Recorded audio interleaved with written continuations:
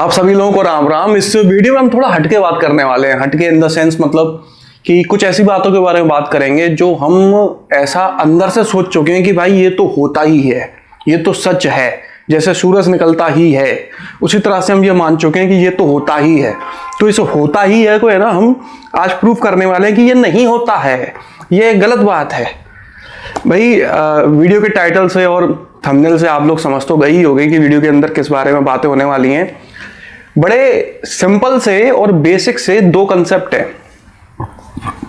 एक कस्टमर के लिहाज से बात की जाए तो कस्टमर ये सोचता है कि यार मेरा पैसा बचेगा इसलिए मैं इलेक्ट्रिक गाड़ी खरीद लेता हूं। इसके अलावा और कुछ तो सोचता नहीं है भाई। कस्टमर को घंटा कोई फर्क नहीं पड़ता है एनवायरनमेंट से। अगर इतना पड़ रहा होता तो इतने दिनों से वो ये लोग गाड़ी नहीं खरीद रहे होते और इलेक्ट्रिक गाड़ियां ही खरीद रहे होते। अब कोई पेट्रोल डीजल क्यों खरीद रहा होता? ठीक उसी तरह से गवर्नमेंट का जो नजरिया है वो ये है कि भाई अगर लोग इलेक्ट्रिक गाड़ी ज्यादा खरीदेंगे तो एनवायरनमेंट सुरक्षित होगा, एयर पॉल्यूशन कम होगा, लोगों को क्लीन और फ्रेश एयर इनहेल करने को मिलेगी, बीमारियां कम फैलेंगी और हमारे स्टेट का और हमारे कंट्री का नाम पूरी की पूरी दुनिया में एक अच्छे प्लेटफॉर्म पर आएगा, एक अच्छी पोजीशन पर पहुंच जाएगा। ठीक है, ये दो बेसिक चीजें हैं।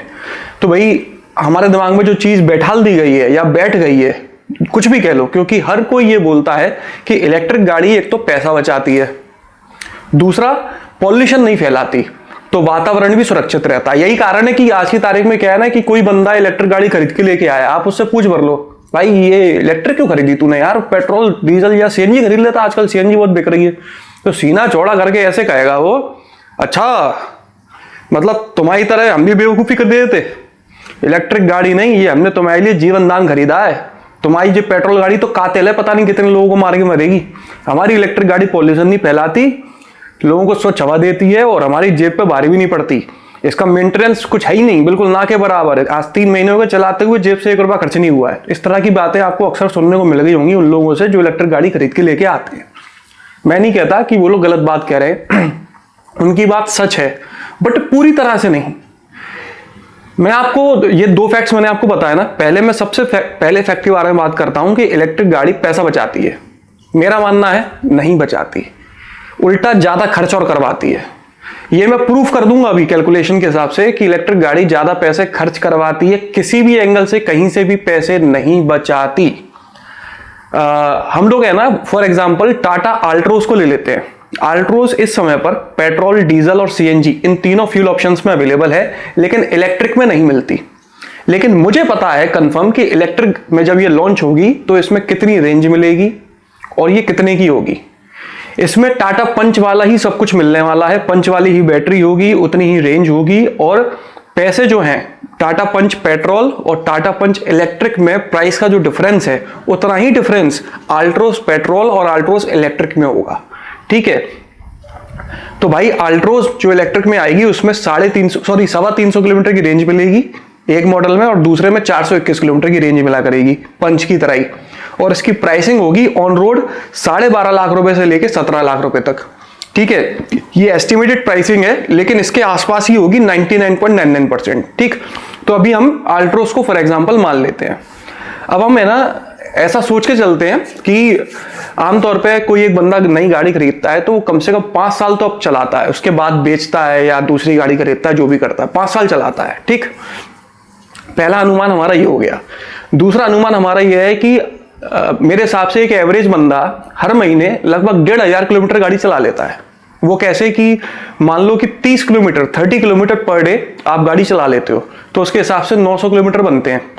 महीने में एक बार कहीं बाहर चले जाते हो, अब बाहर कहीं गए हो अपने गांव किसी काम से या कुछ भी करने घूमने घामने, तो भाई 200-250 किलोमीटर जाओगे, 200-250 आओगे, 500 किलोमीटर तो मान ही लो, तो 900 और 500 हो गए 1400। राउंड फिगर में हम पता इसको 1500 किलोमीटर ले लेते हैं कि भाई एक आदमी अपनी गाड़ी ऑन एन एवरेज 1500 किलोमीटर चला लेता है एक महीने में। अब जो गाड़ी है अल्ट्रोज पेट्रोल उसमें 18.5 kmpl का माइलेज क्लेम किया जाता है और दूसरे वर्जन में 19.33 kmpl का भी किया जाता है। पेट्रोल में 2 तरह के माइलेज इसमें दिए गए हैं। हम यहाँ पे किसी भी माइलेज को उठाएंगे कोई फर्क नहीं पड़ता क्योंकि बहुत कम डिफरेंस है दोनों में। 18.5 kmpl के माइलेज को हम उठाते हैं तो भाई 1500 किलोमीटर गाड़ी चल रही है तो हम उसको डिवाइड करेंगे 18.5 के माइलेज से तो निकल कर आएगा कि 81.08 लीटर आपको तेल डलवाना पड़ेगा 1500 किलोमीटर गाड़ी चलाने के लिए। ठीक, इस समय पर दिल्ली के प्राइसेस के हिसाब से 1 लीटर पेट्रोल आपको 94.72 रुपीज का मिल रहा है, तो 81.08 लीटर पेट्रोल आपको मिलेगा 7680 रुपए का। करेक्ट है, बिल्कुल सिंपल कैलकुलेशन चल रही है, कोई रॉकेट साइंस नहीं है। ठीक है, तो एक महीने में आपको अपनी गाड़ी के ऊपर पेट्रोल डलवाने के लिए 7680 रुपए खर्च करने पड़ेंगे। ठीक, ये हो गया एक महीने का खर्चा, लेकिन हमें निकालना है 5 साल का। 5 साल में होते हैं 60 महीने, 60, तो हम 60 को मल्टीप्लाई करेंगे 7680 से, तो खर्चा निकल के आएगा 4,60,800 रुपए।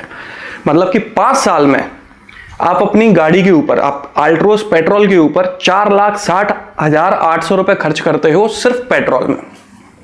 ठीक, अब हर किसी गाड़ी की एक बेसिक सर्विस कॉस्ट होती है, जिसमें सिर्फ लेबर चार्ज और बेसिक जो चीज होती हैं, जैसे कि गाड़ी की सर्विसिंग करना और जो तेल वगैरह होते हैं, चाहे वो इंजन ऑयल हो, ब्रेक ऑयल हो, कूलेंट हो, अपना ये क्लच ऑयल हो, कोई भी ऑयल हो, वो सारी चीजें बदलना, उस कॉस्ट को मैं इंक्लूड कर लेता हूं इसमें। बेसिक सर्विस कॉस्ट जैसे कहते हैं, उसको मैं इंक्लूड कर लेता हूं, क्योंकि भाई देखो गाड़ी में पार्ट्स है ना, हर किसी गाड़ी के अलग अलग पार्ट्स बदलते हैं, किसी का कुछ खराब है, किसी का कुछ खराब है, तो वो तो इंक्लूड कर नहीं सकते, वो अलग है। टायर्स के खर्चे को भी मैंने इंक्लूड नहीं करा है, सिर्फ बेसिक सर्विस कॉस्ट इंक्लूड करी है। तो अल्ट्रोज पेट्रोल के ऊपर आप 5 साल में लगभग 32,000 से 35,000 रुपए खर्च कर देते हो बेसिक सर्विस कॉस्ट पे, उसको भी इंक्लूड कर लेते हैं खर्चे में, तो टोटल खर्चा हो गया 4,92,800 रुपए का। इतना खर्चा आप अपनी अल्ट्रोज पेट्रोल के ऊपर करते हो 5 साल में। ठीक, तो भाई आज की तारीख में अल्ट्रोज पेट्रोल का बेस मॉडल आपको 7,60,000 रुपए का मिल रहा है ऑन रोड कंप्लीट। मान लो आज आप अल्ट्रोज का बेस मॉडल खरीदते हो 7,60,000 रुपए खर्च करके, तो आने वाले 5 साल में आप 4,92,800 रुपए और खर्च कर दोगे उसको मेंटेन करने में, तेल डलवाने में, सब कुछ में। तो ये गाड़ी 5 साल बाद आपको कितने की पड़ेगी? 12,53,000 की, लगभग 12.5 लाख रुपए की पड़ेगी। करेक्ट है ना, गलत तो नहीं बोला? बिल्कुल समझ गए ना, एकदम क्लियर है। इसी तरह से अगर आप अल्ट्रोज को डीजल इंजन में खरीदते हो तो 5 साल बाद ये गाड़ी आपको 14 लाख रुपए की पड़ती है। कैसे कि डीजल बेस वेरिएंट आपको 10,29,000 रुपए का मिलता है ऑन रोड, और डीजल गाड़ी को चलाने में, मेंटेन करने में 3,70,578 रुपए आप खर्च कर देते हो, तो लगभग 14 लाख रुपए आप खर्च कर देते हो अपनी गाड़ी के ऊपर 5 साल में। अगर आप सीएनजी में चलाते हो अल्ट्रोज को, तो आपको ये गाड़ी 11.5 लाख रुपए की पड़ती है 5 साल में। ठीक, मतलब कि 8,60,000 रुपए का सीएनजी का बेस मॉडल है, और 2,88,507 रुपए आप उसको मेंटेन करने में, सीएनजी डलवाने में खर्च कर देते हो। यहीं अगर आप अल्ट्रोज का इलेक्ट्रिक खरीदते हो, इलेक्ट्रिक वर्जन, तो उसका बेस मॉडल आपको 12.5 लाख रुपए का ऑन रोड मिलता है। ठीक, और इलेक्ट्रिक गाड़ी 5 साल तक चलाने में, चाहे वो मेंटेनेंस हो या फिर आप उसको चार्ज करते हो, तो इलेक्ट्रिसिटी प्राइसेस जो होते हैं, सारी चीजें मिलाकर 1,32,607 रुपए आप खर्च करते हो अपनी गाड़ी के ऊपर। इन दोनों को ऐड करो तो 13,82,000 रुपए होता है, मतलब कि लगभग 13.25 लाख रुपए आप खर्च कर देते हो अपनी इलेक्ट्रिक गाड़ी के ऊपर। अब यहां से आप मुझे बता दो भाई कि पेट्रोल गाड़ी का खर्चा इलेक्ट्रिक से कम हो रहा है, सीएनजी का तो इलेक्ट्रिक से बहुत कम हो रहा है, डीजल और इलेक्ट्रिक गाड़ी का खर्चा बराबर है। डीजल को तो हमने खुशी खुशी इग्नोर कर दिया है कि भाई डीजल नहीं खरीदना है, डीजल में कोई खरीदने का कोई सेंस नहीं है, तो हमने इग्नोर कर दिया। डीजल गाड़ी बिकना भी बहुत कम हो गई है, लेकिन इलेक्ट्रिक गाड़ी जो हम खरीदने लगे हैं, वो भी का पैसा बचा रही है, वो भी तो इलेक्ट्रिक आपके डीजल के बराबर ही खर्चा कर रही है। पैसा कहाँ बचा रही है? मतलब बेसिक पेट्रोल गाड़ी जो काफी कम माइलेज क्लेम कर रही है, वो तक इससे ज्यादा किफायती है इलेक्ट्रिक से ज्यादा। और अगर आपने सीएनजी ले ली तो बल्ले ही बल्ले है भाई। सीएनजी का खर्चा 11.5 लाख है 5 साल में, और इलेक्ट्रिक का खर्चा 14 लाख है 5 साल में। कितना अंतर आ गया? कहां से पैसे बचा रही है? और ये तो बेसिक कैलकुलेशन है, सिर्फ पेट्रोल और बेसिक सर्विस कॉस्ट को इंक्लूड किया है मैंने। खर्चे और भी होते हैं इलेक्ट्रिक गाड़ी में। कैसे? आप लोगों में से पता होगा कुछ लोगों को, और कुछ लोग ये भी कहते हैं कि ये एक मिथ है। ये मिथ नहीं है, ये सच है। इलेक्ट्रिक गाड़ियों का जो इंश्योरेंस होता है वो किसी भी पेट्रोल या डीजल गाड़ी से महंगा होता है। फॉर एग्जाम्पल, जैसे देखो ये मैंडेटरी, आप लोगों को पता ही है कि आप जैसे नई गाड़ी खरीदने के लिए जाते हो तो 3 साल का थर्ड पार्टी इंश्योरेंस आपको मिलता है, और 1 साल का आपको फर्स्ट पार्टी इंश्योरेंस कराना होता है। ये मैंडेटरी है। ठीक, अब फर्स्ट पार्टी इंश्योरेंस का मतलब होता है कि भाई आपकी गाड़ी भड़बड़ा गई, टूट टाट गई, तो आपकी गाड़ी में जो भी नुकसान है वो इंश्योरेंस कंपनी देगी। ये होती है फर्स्ट पार्टी। थर्ड पार्टी होती है कि जिससे आप भिड़े थे उसको इंश्योरेंस कंपनी क्या देगी, वो होती है थर्ड पार्टी। गवर्नमेंट को थर्ड पार्टी से मतलब होता है, फर्स्ट पार्टी से नहीं। और हम लोगों को, कस्टमर को, फर्स्ट पार्टी से मतलब होता है। समझ गए मोटा मोटा। तो भाई 1 साल का फर्स्ट पार्टी तो आपने गाड़ी खरीदते समय ले लिया, बाकी बचे 4 साल का आपको खरीदना पड़ता है। मतलब कि 5 साल में 4 बार आपको फर्स्ट पार्टी इंश्योरेंस खरीदना पड़ेगा, और हर बार आपको ये उतने ही पैसों में मिलने वाली किसी भी पेट्रोल या डीजल गाड़ी से महंगा मिल रहा होगा। और थोड़ा बहुत डिफरेंस नहीं है, 1000-2000 का ठीक ठाक डिफरेंस है भाई, हेल्दी डिफरेंस है, ठीक है। तो ये पैसे कौन कैलकुलेट करेगा? इलेक्ट्रिक गाड़ी की वजह से ये जो खर्चा हो रहा है ये कौन कैलकुलेट करेगा?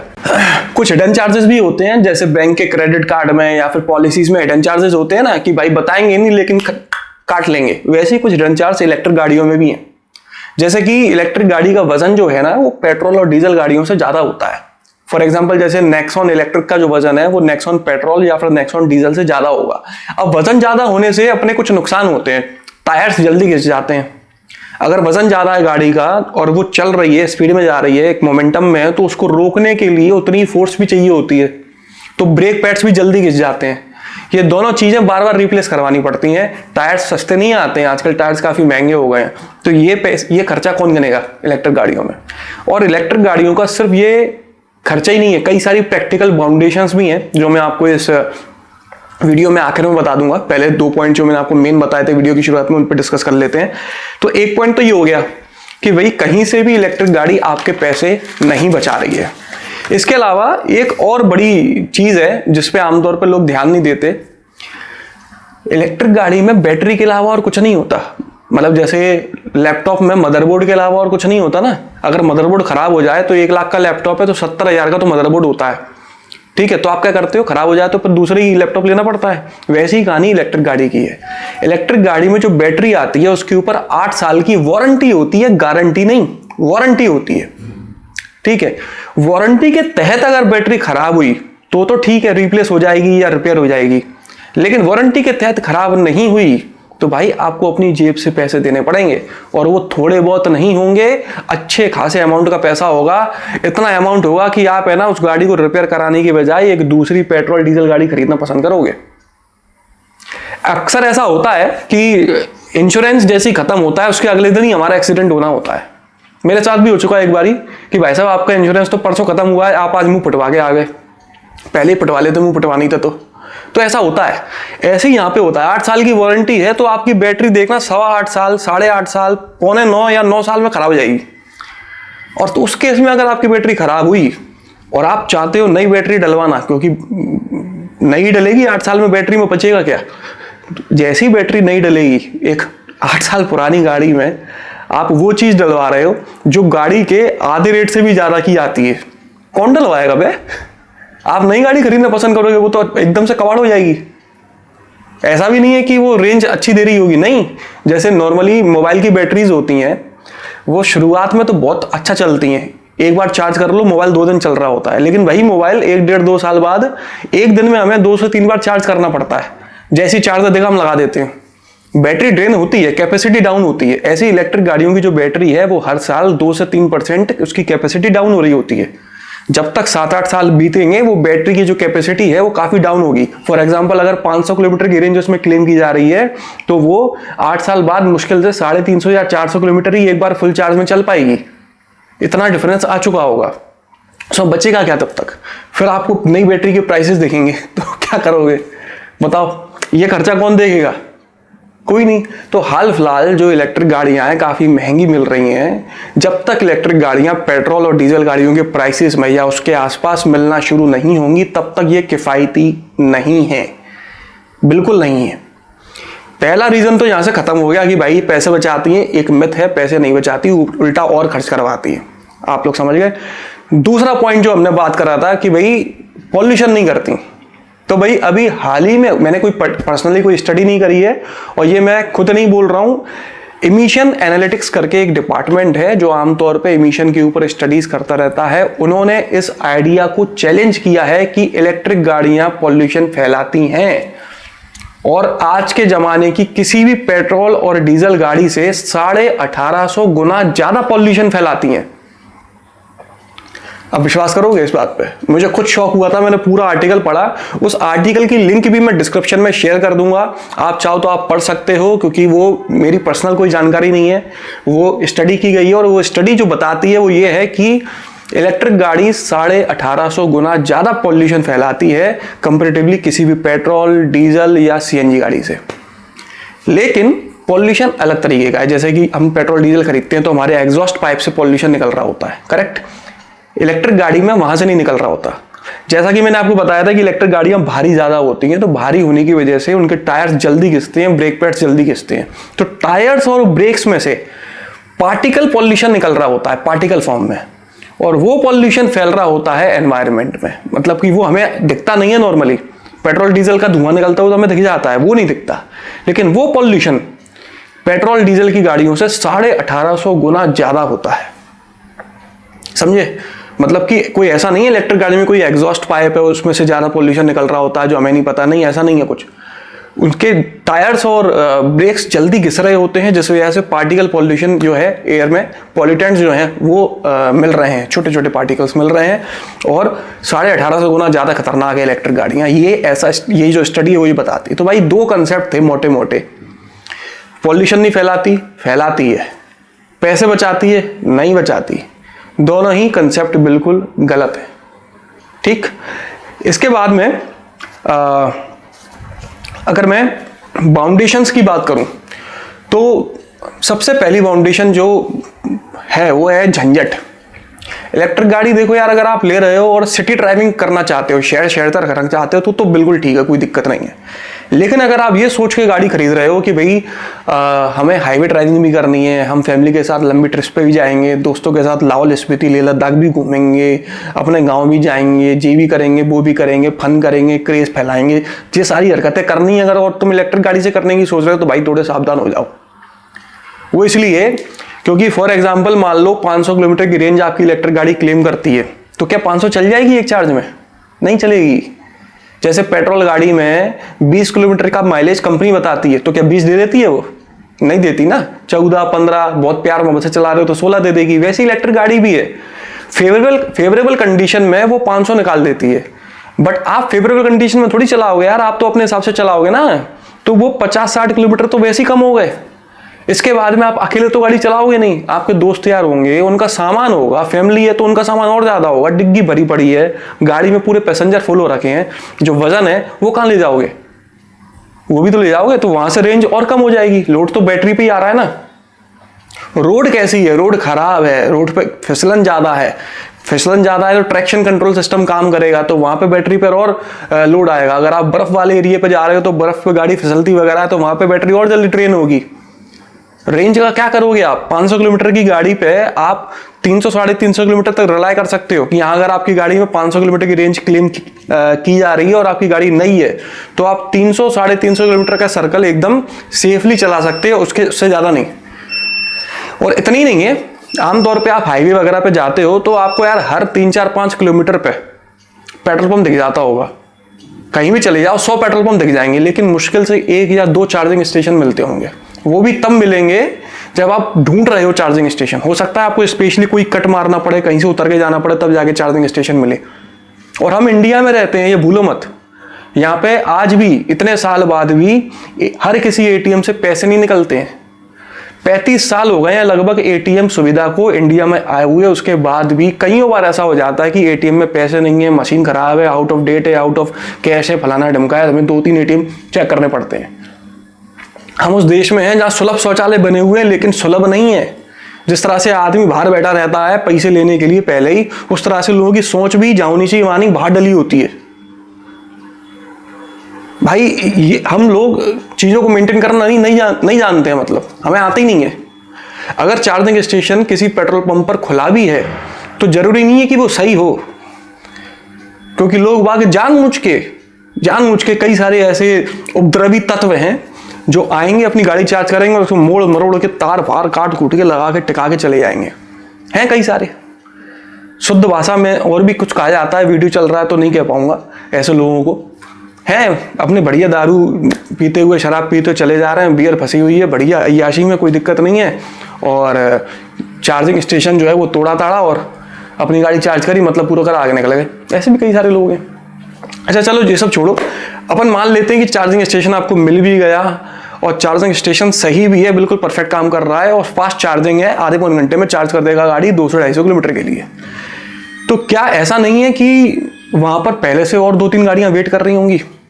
आपकी अकेली इलेक्ट्रिक गाड़ी तो है नहीं। आमतौर पर पेट्रोल डीजल हमें डलवाना होता है तो मुश्किल से 5 मिनट लगते हैं, टैंक फुल हुआ, 500-700 किलोमीटर का टेंशन घट गया। लेकिन इलेक्ट्रिक गाड़ी अगर आप चार्ज कराने के लिए गए हो, वहां पर 2 गाड़ी भी अगर पहले से लगी हुई है क्यू में, तो भाई एक गाड़ी आधा पौन घंटा तो खाएगी ना। कितना भी फास्ट चार्जर हो, आधा पौन घंटा तो खाएगी। कोई भी इंसान 200-250 किलोमीटर की चार्ज तो करेगा अपनी गाड़ी को। 2 गाड़ी भी खड़ी हैं तो 1.5 घंटा तो यही हो गया। फिर आप आधा पौन घंटा लोगे अपनी गाड़ी चार्ज करने के लिए, तो 2.5 घंटा हो गया। आपको अपनी गाड़ी को 200-250 किलोमीटर और बढ़ाने के लिए आप 2.5 घंटा दोगे, तब जाके बढ़ेगी आगे।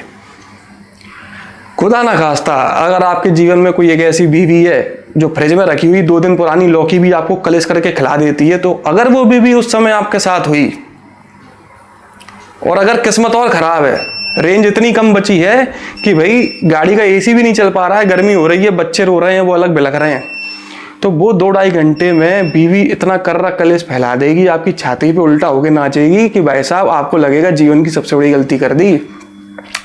उससे शादी करके नहीं, ये इलेक्ट्रिक गाड़ी खरीद के आप उन 2-2.5 घंटे में 3 लाख बार मर चुके होगे, आपकी अर्थी निकल चुकी होगी, गड्ढा खोद के अंदर घुसने की कोशिश करोगे, बाल नोच लोगे, पता नहीं क्या क्या कर लोगे। तो ऐसी गाड़ी क्यों खरीदना भाई, इसमें पैसा भी खर्च हो रहा है, पॉल्यूशन भी बराबर हो रहा है और बीवी भी नाच रही है छाती पे है। ये एक इकलौती फाउंडेशन है। बाकी अगर आप है ना, जैसे टेम्परेचर चेंज हो रहा है आपकी अगल बगल का, फॉर एग्जांपल जैसे आप किसी ऐसे एरिया में रहते हो जहाँ पे टेम्परेचर 40-45 के आसपास रहता है, फिर आप गाड़ी को ऐसी जगह ले गए जहाँ 50 के आसपास रहता है, बहुत गर्मी रहती है, तो आपकी बैटरी की रेंज कम हो जाएगी। बैटरी की रेंज के ऊपर टेम्परेचर का, अगल बगल की चीज़ों का बहुत इंपैक्ट पड़ता है। अगर आप गर्मी से ठंडों में जा रहे हो, ठंडों से गर्मी में जा रहे हो, कुछ भी कर रहे हो, तो बैटरी की रेंज कम हो रही होती है। ये इंपैक्ट कौन देखेगा? चार्जिंग स्टेशन मिल नहीं रहे, बैटरी की रेंज बराबर कम हुई जा रही है, मिल भी रहा है चार्जिंग स्टेशन तो वहां वेट करना पड़ रहा है। इतनी सारी दिक्कतें। इसके अलावा और भी दिक्कतें हैं, जैसे